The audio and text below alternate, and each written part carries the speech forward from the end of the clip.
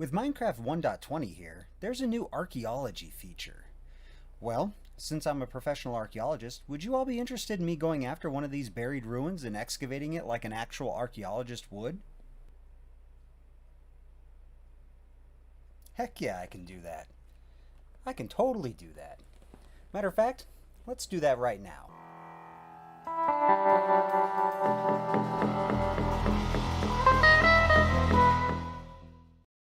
Hey everyone, and welcome to a special episode of An Archaeologist Plays Minecraft. My name is Daskalos, and I'm a professional archaeologist and certified interpretive guide. A while back, I asked the community if you would be interested in seeing an archaeologist go through the archaeology feature of 1.20.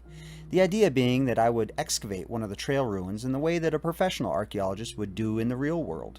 And the response I got was overwhelmingly yes. So here we are, in a brand new 1.20 world. This is a random seed being played in creative mode with non-hostile enemies, as the last thing I would want is to be excavating and have a creeper fall in on me and blow up half of my site. Believe it or not, we actually don't have to deal with that in the real world. So let me grab the seed real quick and I'll be right back. A few minutes later. Okay, I'm back. Here is the world seed if you would like to check it out and follow along. But let's go ahead and get into it. So I'm in an old growth birch forest biome, which is supposed to have one of the new trail ruin structures that are part of version 1.20. Now, in the real world, assuming this is American archaeology, we would start what is known as the Section 106 process, which I'll have to modify for this game. But to give you an idea of what Section 106 is, it is the blueprint in which cultural resource management firms follow when doing archaeology in America. The first few steps will be modified because I can't really check in with any stakeholders for the area, and I can't really do any research. Though checking the seed map to see where ruins are could be considered research, which I've done, by the way. So now that I know where things kind of are, I'm going to do a systematic survey of the area.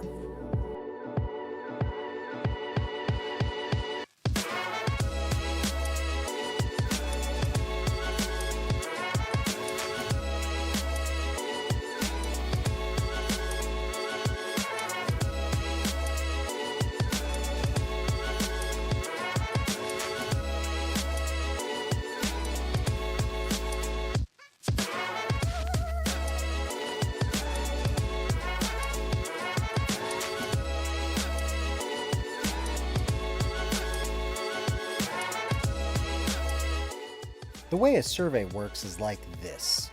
I'm going to walk in a completely straight line looking in front of me and to the sides for any evidence of an archaeological site. When I reach the end of the zone that I'm going to be looking through, I'm going to shift over a certain amount of blocks and come back the other way, in a straight line, doing the same thing. Survey in the real world is very similar to this. The surveys that I've worked have consisted of us walking in a straight line at a certain distance apart from each other and scanning the ground for evidence of archaeological sites. In certain parts of the country, this would include stopping every so often and digging a small hole to see if there are any artifacts that come up.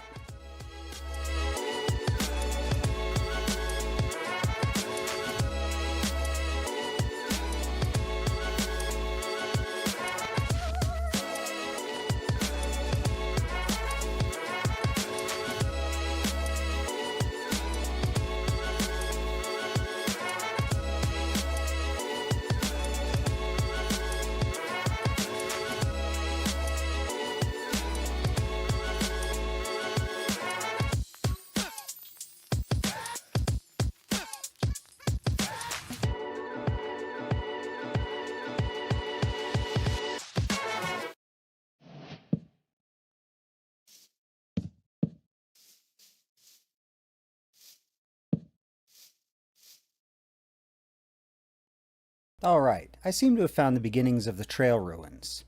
Now, we are at an advantage here in that I kind of know the roundabout size of this thing already. And we're going to skip a few more steps in the Section 106 process and assume that excavation is needed. That's right, excavation is not always the answer when encountering an archaeological site. But for this one, we're going to go with excavation, and the first step is clearing the area.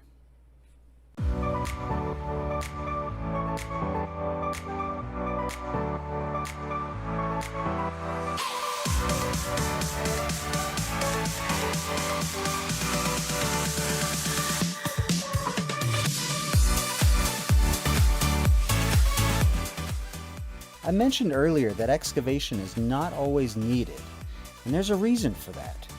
Keep in mind, excavation is a destructive process. You can't put the dirt back in the same way it came out. So we have to really pick and choose our battles. Sometimes, moving the project so as not to disturb the archaeological remains is the best plan of action.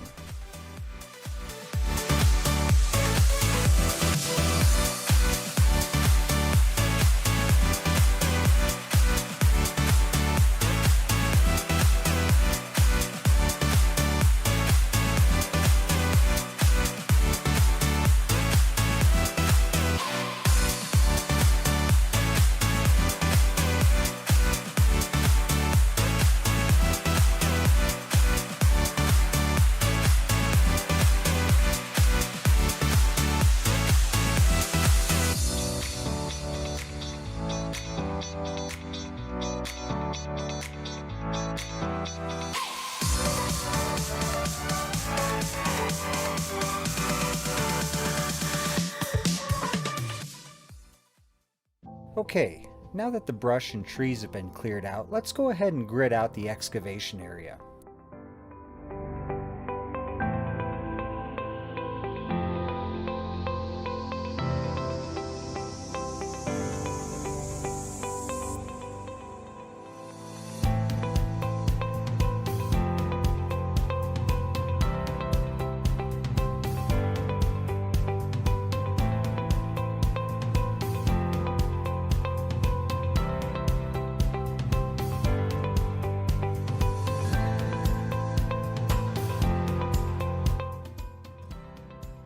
I'm going to use some redstone dust to make the grids because it lays flat on the blocks and doesn't take a whole one up.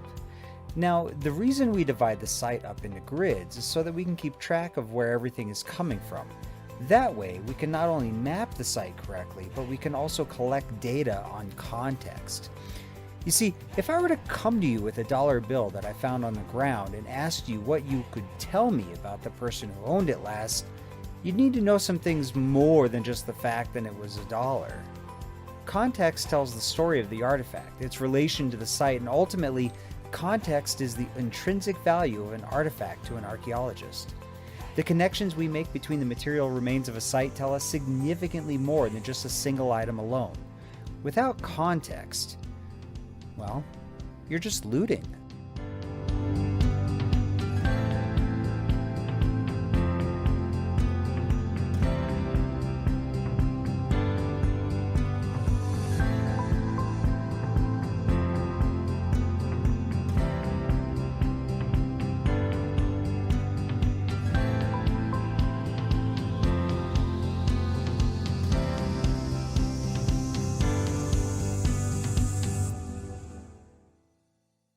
So there it is, the prep work is done.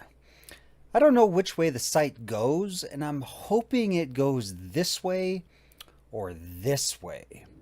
But I guess we'll find out. Anyways, you may have noticed I put a fence up around the site, and that's because the passive mobs were spawning in and getting in my way and driving me crazy. Now I've worked at a few sites that have needed fencing to keep the occasional wandering animal and, well, the occasional wandering person out. So it's not that far off from reality.